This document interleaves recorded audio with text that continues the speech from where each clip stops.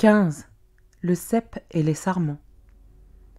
C'est moi qui suis le vrai cep, et mon père est le vigneron. Tout sarment qui est en moi et qui ne porte pas de fruit, il l'enlève. Et tout sarment qui porte du fruit, il le taille afin qu'il porte encore plus de fruits. Déjà vous êtes purs à cause de la parole que je vous ai annoncée. Demeurez en moi, et je demeurerai en vous. Le sarment ne peut pas porter de fruits par lui-même, sans rester attaché au cep. Il en va de même pour vous, si vous ne demeurez pas en moi. Je suis le cep, vous êtes les sarments. Celui qui demeure en moi, et en qui je demeure, porte beaucoup de fruits, car sans moi vous ne pouvez rien faire.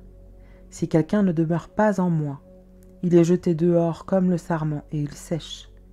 Puis, on ramasse les sarments, on les jette au feu et ils brûlent. Si vous demeurez en moi, et que mes paroles demeurent en vous, vous demanderez ce que vous voudrez, et cela vous sera accordé. Ce qui manifeste la gloire de mon Père, c'est que vous portiez beaucoup de fruits. Vous serez alors vraiment mes disciples. Tout comme le Père m'a aimé, moi aussi, je vous ai aimé. Demeurez dans mon amour. Si vous gardez mes commandements, vous demeurerez dans mon amour, de même que j'ai gardé les commandements de mon Père et que je demeure dans son amour. Je vous ai dit cela afin que ma joie demeure en vous et que votre joie soit complète. Voici mon commandement. Aimez-vous les uns les autres, comme je vous ai aimé.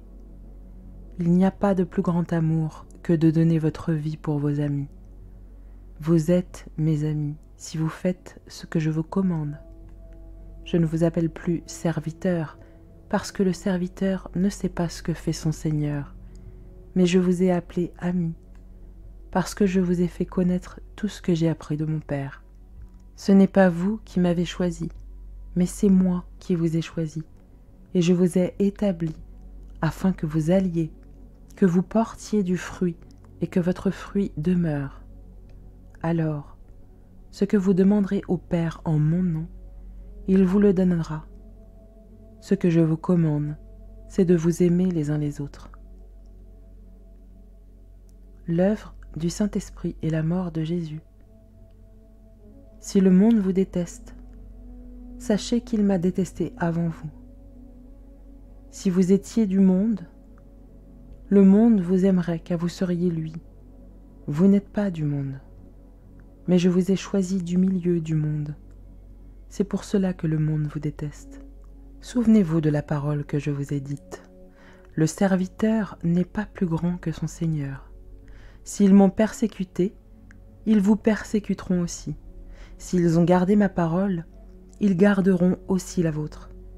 Mais ils vous feront tout cela à cause de moi, parce qu'ils ne connaissent pas celui qui m'a envoyé. Si je n'étais pas venu et ne leur avais pas parlé, ils ne seraient pas coupables. Mais maintenant, ils n'ont aucune excuse pour leurs péchés. Celui qui me déteste, déteste aussi mon Père. Si je n'avais pas fait parmi eux des œuvres qu'aucun autre n'a faites, ils ne seraient pas coupables. Mais maintenant, ils les ont vus, et ils nous ont détestés, moi et mon Père.